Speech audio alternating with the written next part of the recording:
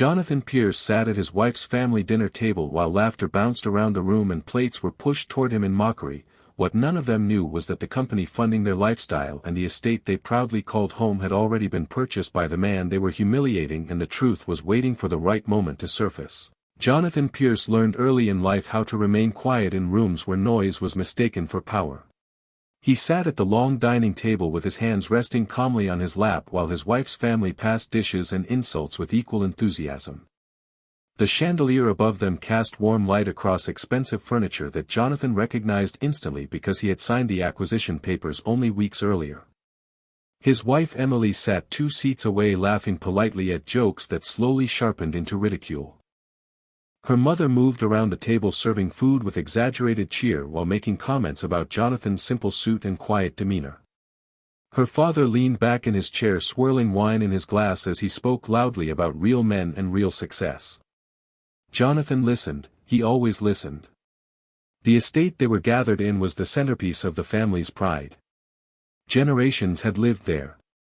Photos lined the walls celebrating wealth, influence, and legacy. What no one had mentioned was the mortgage quietly paid off the previous month by a holding company that now belonged to Jonathan. Emily's brother smirked as he passed Jonathan a plate overloaded with food. He joked that Jonathan should eat well since ambition clearly had not fed him. Laughter erupted around the table, sharp and effortless. Jonathan smiled faintly and thanked him. That smile unsettled no one because they believed him harmless. Emily joined in eventually. She joked about how Jonathan preferred silence over leadership. She said he was dependable but uninspiring. She laughed louder when her mother nodded approvingly. Jonathan felt the weight of each word but did not flinch. He had not come to defend himself. He had come to observe. The company that employed Emily's father had been struggling quietly for years. Jonathan had seen the numbers, he had watched executives scramble, he had waited patiently. When the opportunity arrived, he purchased the company through layered entities with clean legal distance. No announcement, no celebration, just control. At dinner the teasing intensified. Emily's sister asked Jonathan if he planned to ever do something meaningful. Her husband laughed and raised his glass to mediocrity. Jonathan set his fork down gently and took a slow breath. The room smelled of roasted meat, wine, and arrogance. He looked around the table at faces flushed with confidence built on assumption. He realized none of them had ever asked who he really was. They had decided. Dessert arrived and with it another round of jokes. Emily's father spoke about selling the company someday for a fortune. He spoke as if Jonathan were not there. Jonathan nodded thoughtfully. He already knew the valuation. Emily caught his eye briefly. Something flickered there, uncertainty or guilt, but it passed quickly. She laughed again, louder this time. Jonathan stood slowly and excused himself politely. He said he needed fresh air. No one stopped him. He walked through the halls of the estate, touching walls he now owned legally. He paused near a framed deed displayed proudly. He smiled quietly. Tonight was not about confrontation. Tonight was about timing. Jonathan Pierce stepped out onto the wide stone terrace of the estate and let the night air settle against his skin while laughter continued behind the glass doors. The estate ground stretched before him in quiet symmetry, trimmed hedges, soft lighting, and pathways he had walked through only days earlier with surveyors and attorneys. He leaned against the railing and allowed himself one slow breath because patience had always been his greatest advantage. Inside the dining room the family barely noticed his absence at first because the energy of their own voices filled every space. Emily's mother refilled glasses and joked about how some people simply married into comfort without ambition. Her father laughed loudly and added that quiet men were useful but never impressive. Emily nodded along, distracted by her phone, enjoying the attention and approval. Jonathan watched through the glass as his wife smiled for others while forgetting the man she had once promised loyalty to. He remembered the early years when Emily admired his restraint and believed his calm meant depth. He remembered when her family first dismissed him and how she did not defend him then either. Each memory aligned now like pieces of a picture finally clear. He checked his phone and saw messages from his legal team confirming the final filings had been recorded. The company acquisition was complete. The estate title transfer was finalized. Everything was now irreversible. Jonathan did not feel excitement. He felt certainty. He returned inside quietly and took his seat again without drawing attention. Emily glanced at him briefly, then turned back to her sister, who was mid-story about embarrassing former partners. Jonathan listened because people revealed themselves most clearly when they believed the audience was safe. Emily's brother leaned forward and asked Jonathan if he ever felt insecure sitting among successful people. The question was asked as a joke but carried sharpened edges. Jonathan smiled politely and said success meant different things to different people. The table erupted with laughter. Emily joined in and added that Jonathan was dependable but lacked drive. Her words landed heavier than the rest because they were familiar.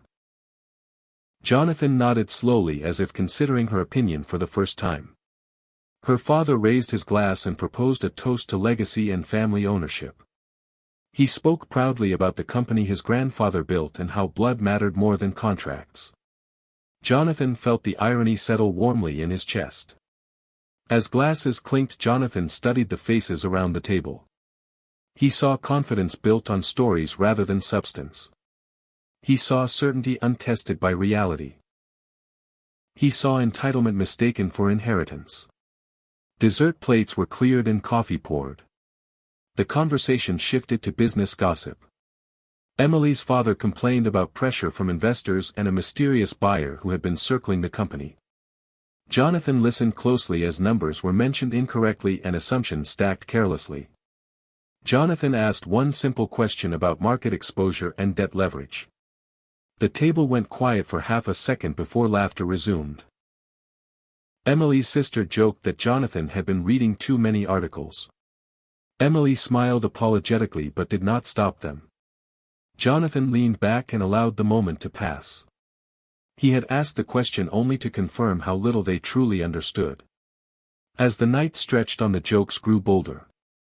Emily's brother suggested Jonathan should be grateful for marrying above his station. Her mother nodded approvingly. Emily laughed again, a little too loudly. Jonathan looked at Emily, then not with anger but disappointment. He realized she had confused proximity to power with power itself. She believed status flowed from association rather than ownership. Jonathan stood again calmly and raised his voice just enough to be heard. He thanked them for dinner and hospitality. He said the meal had been enlightening. The word hung in the air but no one questioned it. Emily's father waved him off, joking that Jonathan finally learned something useful. Laughter followed. Jonathan nodded politely and excused himself for the evening. Emily did not follow. She stayed laughing and basking in approval. Jonathan walked upstairs to the master bedroom he had already arranged to vacate. He packed a single bag methodically. He paused only once to look at a framed family portrait on the wall. He noted how carefully it excluded anyone who did not fit their image of success. Downstairs the family continued celebrating, unaware that the foundation beneath them had already shifted. They spoke about renovations and future expansions, not knowing Jonathan had final authority over both. They spoke about loyalty while mocking the one person who had shown it consistently. Jonathan left the estate quietly without announcement. The gates opened automatically, recognizing his credentials. The irony did not escape him. As he drove away, he felt no urge to confront or correct. That would come later. Tonight was about distance. He arrived at a private apartment he maintained for moments like this. He sat in the dark for a long while, letting the silence speak. He thought about Emily and the choice she had made repeatedly. He thought about how respect eroded slowly before disappearing entirely. Jonathan opened his laptop and reviewed documents one last time. He scheduled meetings for the following morning. He approved leadership changes that would take effect immediately. He did not sleep much that night. Not from anxiety. From anticipation. Because tomorrow the company would announce new ownership. And the estate would receive notice of management transition. And the family would finally learn what it meant to underestimate silence. Morning arrived quietly for Jonathan Pierce but violently for the world he had just stepped away from. He woke before sunrise not because of urgency but because discipline had always guided his rhythm even when life shifted dramatically. The apartment windows reflected the city skyline and reminded him that influence was rarely loud but always deliberate. Jonathan showered, dressed simply, and reviewed the schedule his assistant had prepared overnight. Board confirmations were locked. Press statements were drafted. Legal transitions were timed precisely to avoid leaks. Everything was prepared with the same patience that had carried him through years of being underestimated. Across town, Emily woke in the estate surrounded by comfort that no longer belonged to her. She moved through the house distracted by lingering laughter from the night before still echoing in her mind. Her phone buzzed repeatedly but she ignored it, assuming it was work chatter about the deal celebration planned later. Downstairs, her parents were already awake, speaking in tense voices over coffee. Her father scrolled through his tablet, repeatedly reloading financial news feeds. Her mother watched him closely, sensing something was wrong but not yet ready to say it aloud. When the headline finally appeared, her father froze mid-motion. The company announcement displayed new ownership details in bold professional language. A private holding firm had acquired controlling interest overnight. The name of the principal investor was listed clearly: Jonathan Pierce. Her father read it twice, then a third time before the meaning settled painfully into place. He felt heat rush to his face and confusion twist his thoughts. The room fell silent as if the walls themselves had absorbed the shock. Emily entered the kitchen mid-moment and noticed the sudden stillness. She asked what was wrong casually, not yet aware her world was shifting beneath her. Her father turned the tablet toward her without speaking. Emily's eyes scanned the screen slowly. At first she smiled, thinking it was a coincidence. Then she read the name again and again until disbelief replaced amusement. Her breath caught and her chest tightened as the implications surfaced. She laughed nervously and said it had to be a mistake. Her mother shook her head slowly, unable to speak. Her brother swore under his breath, realizing the jokes from last night had landed on the wrong man. Emily felt a wave of unease wash through her. She replayed Jonathan's calm expression at dinner. His measured responses. His silence after the toast about legacy. Moments that now appeared intentional rather than passive. Her phone buzzed again, this time displaying missed calls from colleagues and senior executives. She answered one and immediately heard panic on the other end. The voice explained that all strategic authority had shifted. That meetings were being rescheduled. That new leadership directives were coming directly from Jonathan. Emily dropped the phone. Her hands trembled. She looked around the kitchen, suddenly seeing the estate differently. The walls, the floors, the art pieces all felt less permanent. Her father slammed his cup down and demanded answers that no one could provide. He insisted Jonathan had no right. He claimed betrayal. He blamed silence as deception. But beneath the anger, fear took hold. Because contracts did not lie. And power had never belonged to emotion. Jonathan arrived at the corporate headquarters mid-morning. The lobby buzzed with controlled tension as employees whispered and watched. Executives straightened their posture as he passed. Security nodded respectfully, already briefed on his authority. He entered the boardroom where faces shifted from curiosity to recognition. Some members smiled with relief. Others looked stunned. All of them stood when he entered.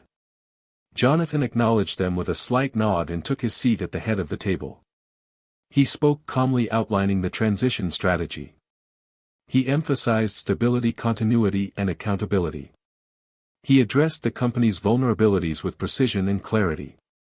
Questions followed, but none challenged his legitimacy.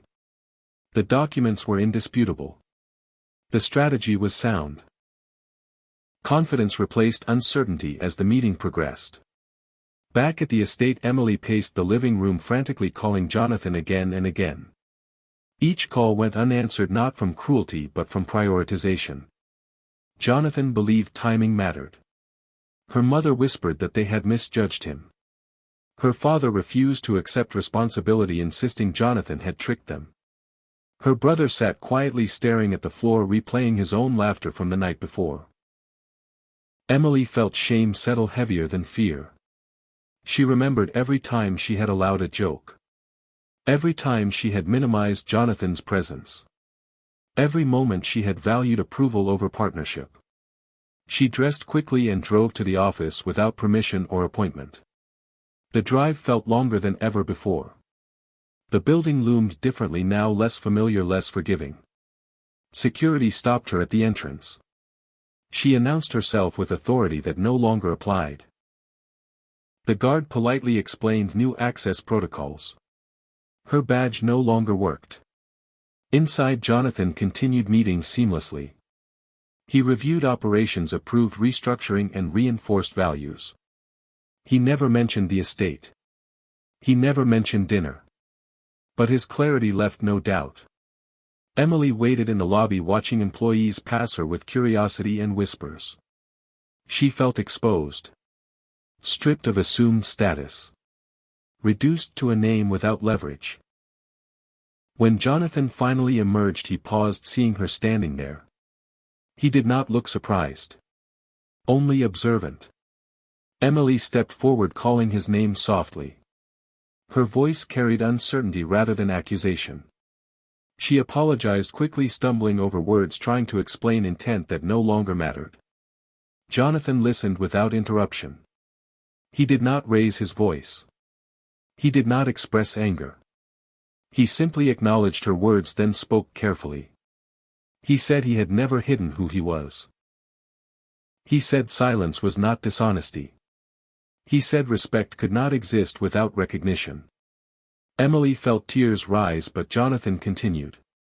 He explained that choices had consequences. That public humiliation revealed private truth. That partnership required loyalty even when power appeared absent. He informed her calmly that legal separation proceedings had already begun. That the estate was now under review. That her employment status would be evaluated independently. Emily reached for him instinctively, but he stepped back gently. Not out of hatred but clarity. Jonathan walked past her, leaving the lobby silent. Employees resumed movement.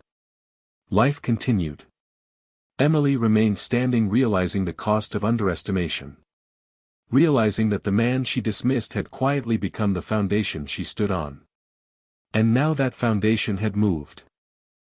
The estate felt different the moment Emily returned home, because silence had replaced arrogance and comfort had turned into uncertainty. She walked through rooms that once echoed with confidence, now filled with whispered conversations and unanswered questions. The walls still held expensive art and inherited portraits, but none of it offered reassurance anymore. Her father paced the study, repeatedly rehearsing arguments that would never be heard. He made calls to lawyers who spoke carefully, avoiding promises. Every sentence they offered sounded like preparation for loss rather than recovery. Her mother sat quietly at the dining table, staring at the surface where laughter had spilled wine and mockery just days earlier. She replayed the moment again and again, wishing she had spoken. Wishing she had stopped the jokes. Wishing she had looked closer at the man who had said so little. Emily stood at the window, watching the gates of the estate as if expecting someone to arrive unannounced. She knew Jonathan would not come without purpose. He never moved without intention. That understanding hurt more than anger ever could. Across the city, Jonathan reviewed estate documents with his legal team. Ownership transfers were clean. Trust structures were sound. The property had been acquired through a holding firm years earlier as a long-term investment. The revelation was never meant to be dramatic, but now it carried weight. Jonathan listened as his attorney outlined the next steps calmly. Temporary occupancy notices. Asset restructuring. Boundary enforcement.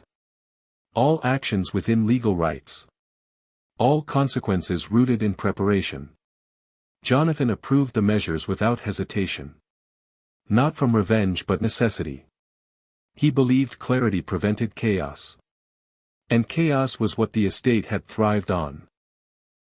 That afternoon a black luxury sedan pulled up at the estate gates. A representative stepped out carrying folders and sealed envelopes. Security allowed entry unaware they were witnessing the end of an era. The representative addressed Emily's parents politely and professionally. He explained changes in property status. He outlined timelines and expectations. He handed them documents that stripped illusion away. Her father exploded with disbelief, shouting accusations of betrayal and manipulation. The representative remained calm, repeating only what was written. Facts did not respond to emotion. Emily read the papers slowly, her hands shaking. The estate was no longer theirs. They were occupants pending review. Maintenance costs, utilities and staffing would be reassessed. Her mother covered her mouth, struggling to breathe. Her brother left the room, unable to watch the collapse unfold. Emily asked quietly if Jonathan had sent him. The representative nodded respectfully. She felt the finality settle in her chest. That evening news of Jonathan's leadership began circulating publicly. Articles praised his strategic foresight and discreet investment style. Industry insiders commented on his patience and restraint. No one mentioned dinner jokes or laughter. At the company, employees adjusted quickly. New leadership meetings focused on accountability and performance. Nepotism was quietly dismantled. Merit replaced familiarity. Emily received a formal notice regarding her role. It explained that her position would be reviewed by an independent committee. No guarantees. No favors. Just process. She read the message repeatedly, realizing how much protection she had mistaken for respect. She had climbed believing momentum would never slow. Now momentum had shifted. Jonathan met with senior managers late into the night. He listened to concerns, addressed inefficiencies and reassured teams. He emphasized culture, integrity and transparency. He never spoke ill of Emily or her family. Privately he felt the weight of disappointment settle in. Not because of loss but because of recognition. He had seen the truth clearly now. Silence had revealed character more than words ever could. The following morning Jonathan visited the estate personally for the first time since the dinner. He arrived without announcement. Without entourage. Without anger. Emily saw his car from the window and froze. Her parents gathered nervously, unsure whether to confront or retreat.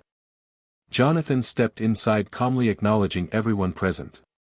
He spoke respectfully, explaining the situation. He clarified that no one would be thrown out immediately. He assured them dignity would remain intact.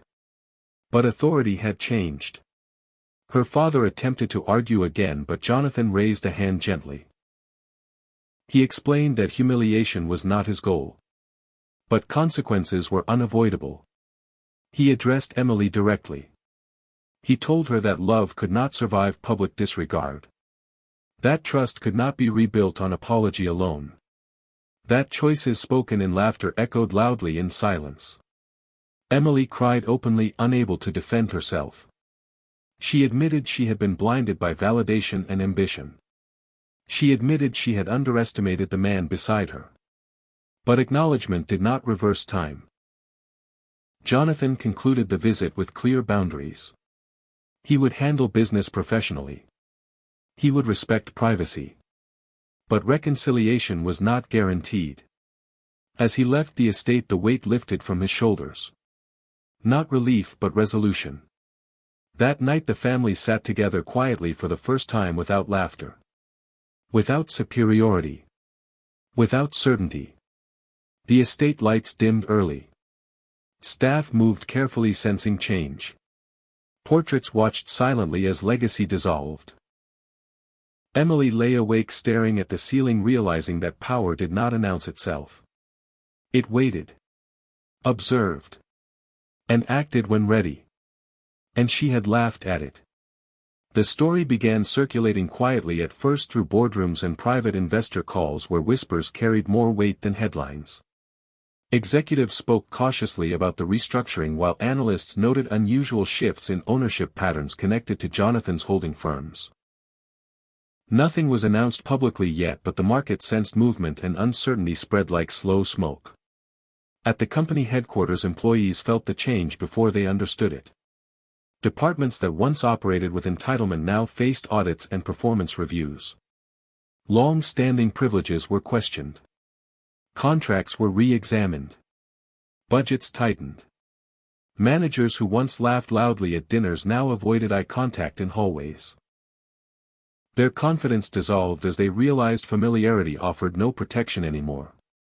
Authority now answered to metrics, not lineage. Emily walked into the office each morning feeling eyes on her from every direction. Not hostile, but observant. People were no longer impressed by her last name. They were curious about her capability. Meetings became uncomfortable. Questions were direct. Expectations were firm. For the first time she felt what it meant to stand without insulation. At the estate, reporters began appearing at the gates after public records updated. Local business journalists noticed the transfer of ownership. They requested statements. They photographed the property. Her parents refused interviews, insisting privacy while simultaneously calling connections who no longer returned messages. Former allies distanced themselves quietly, unwilling to be associated with instability. Social circles shifted overnight. Invitations stopped. Charity boards postponed meetings. Friends stopped checking in. The humiliation they once delivered casually now returned, multiplied through silence and absence. Jonathan watched from a distance as the narrative unfolded. He did not give interviews. He did not issue statements. His restraint frustrated journalists but impressed investors. In private meetings he continued building partnerships with calm precision. He spoke about long-term growth, ethical restructuring, and cultural reform. His reputation grew stronger with every measured response. Industry publications began profiling him as a rising force. They highlighted his patience and strategic foresight. They praised his refusal to engage in spectacle. None of them knew how personal the transformation truly was. At the estate, tension grew daily. Utility invoices arrived under new names. Staff contracts were reviewed.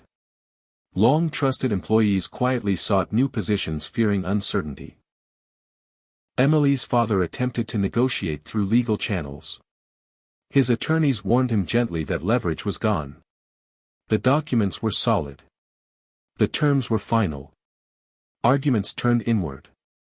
Blame circulated within the family. Each member accused the other of arrogance, ignorance, or silence.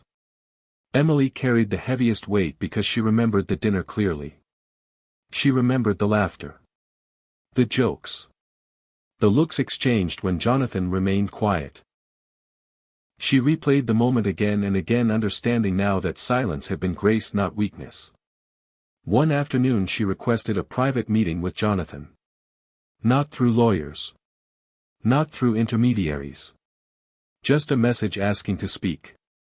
Jonathan agreed, meeting her in a neutral office overlooking the city. No luxury. No ceremony. Just 2 chairs and glass windows. Emily arrived early, her confidence replaced by vulnerability. She rehearsed apologies, but none felt adequate. Words felt small compared to what had been lost. Jonathan arrived calmly, acknowledging her with respect. He listened as she spoke openly for the first time. She admitted she had allowed others to define her worth. She admitted she had failed to protect their relationship. She admitted she had confused validation with love. Jonathan responded thoughtfully, explaining that love required defense, not silence. That respect was demonstrated publicly, not whispered privately. That he had waited for her to speak and she never did. He explained that buying the company and estate was never about control. It was about stability and long-term planning. The irony was unavoidable but unintentional. Emily asked if anything could be repaired. Jonathan answered honestly, saying time would reveal truth more than promises. They parted without anger but without reconciliation. Meanwhile, the company announced new leadership standards publicly. The board emphasized transparency and ethical governance. Press releases framed the changes as evolution, not correction. The market responded positively. Stock prices stabilized. Investors regained confidence. Behind-the-scenes executives who had once laughed at Jonathan now sought his approval. They praised his vision. They thanked him for saving the company. Jonathan accepted their words without satisfaction. Recognition felt hollow compared to personal loss. At the estate, the family faced reality as eviction timelines were discussed. They negotiated extended occupancy under strict conditions. Pride swallowed reluctantly. Neighbors watched quietly as familiar routines changed. Gardens neglected. Lights turned off early. Laughter absent. Emily began therapy privately, trying to understand how easily power distorted perspective. She learned how silence could be violence. How laughter could wound deeper than insult. She no longer blamed Jonathan. She blamed herself for choosing comfort over courage. Jonathan continued building a future defined by restraint and intention. He mentored young professionals, emphasizing humility and preparation. He avoided public conflict, believing dignity was louder than spectacle. The city buzzed with talk of the takeover. Of the mysterious investor. Of the family who lost everything. No one spoke about the dinner. But its echo shaped everything that followed. As months passed, the truth settled. Power did not need to announce itself. It moved quietly. Observed patiently. And acted decisively. The family learned too late that respect was not inherited. It was practiced. And Jonathan learned that silence protected many things. But it could not protect love alone. The months that followed reshaped every life connected to that dinner table, because outcomes rarely arrive loudly, but they always arrive completely. Jonathan Pierce moved through his days with measured calm, focusing on building systems that would endure beyond memory and emotion. The company stabilized under leadership grounded in accountability and performance, and the market rewarded consistency without spectacle. Employees noticed the difference immediately as clarity replaced favoritism and expectations applied evenly across every department. Meetings became purposeful rather than performative. Decisions were documented. Responsibilities were owned. Jonathan insisted on transparency, not to punish the past but to protect the future. He funded training programs, promoted overlooked talent, and instituted governance structures that made arrogance expensive. The company grew steadily, earning respect it had once demanded. Industry leaders began referencing Jonathan's approach quietly. They spoke about patience, discipline, and the cost of underestimating silence. They invited him to closed-door forums where power spoke softly and listened carefully. Jonathan declined most public appearances, choosing instead to mentor and invest thoughtfully. He believed legacy was built by what remained standing after attention faded. At the estate, reality continued pressing inward as negotiations finalized and occupancy timelines concluded. The family adjusted reluctantly, packing heirlooms and memories into boxes that felt lighter than they should have. Rooms emptied. Hallways echoed. Pride thinned. Emily's parents moved into a smaller residence far from the circles that once applauded them. They avoided old friends and declined invitations. They spoke less and listened more. Emily watched the estate empty with complicated emotion. Not nostalgia. Not bitterness. But recognition. She understood now that the house had never been the source of confidence.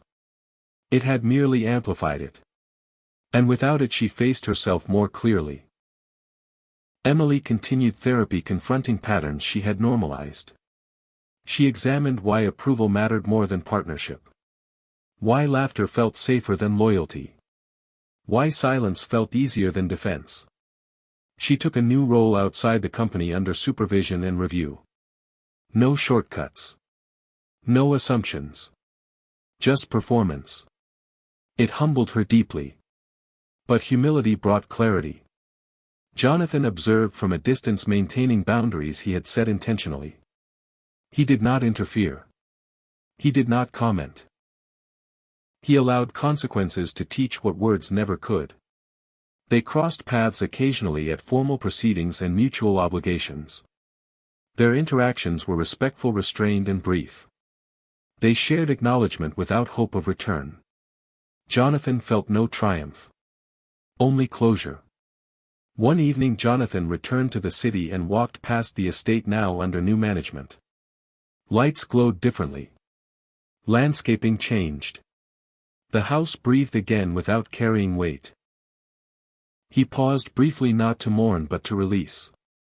He understood that buildings survive transitions better than relationships. Structures adapted. People chose. Jonathan returned to his apartment and reflected quietly. He thought about the man he had been at that dinner table. Calm. Patient. Silent. He recognized that silence had protected his dignity but not his marriage. He accepted that truth without regret. The company announced a long-term growth plan emphasizing sustainability, community engagement, and ethical leadership. Investors responded positively. Employees celebrated quietly. Jonathan stood at the back of a staff gathering, watching leaders emerge who would carry the culture forward. He felt content knowing the system no longer depended on his presence. Emily moved forward independently, rebuilding credibility slowly. She stopped explaining her past and started earning her future. She learned that respect once lost returned only through consistency. She never blamed Jonathan again. She understood now that he had never taken anything from her. He had simply stopped holding what she refused to protect. Years later the dinner became a story whispered among those who remembered. Not as gossip, but as caution. It reminded them that laughter could reveal values. That silence could conceal power. That underestimation carried a cost. Jonathan Pierce continued investing, mentoring, and building quietly. He lived without spectacle. Without apology. Without bitterness. Because the man who was once humiliated at a dinner table had never been small. He had simply been patient. And patience had changed everything.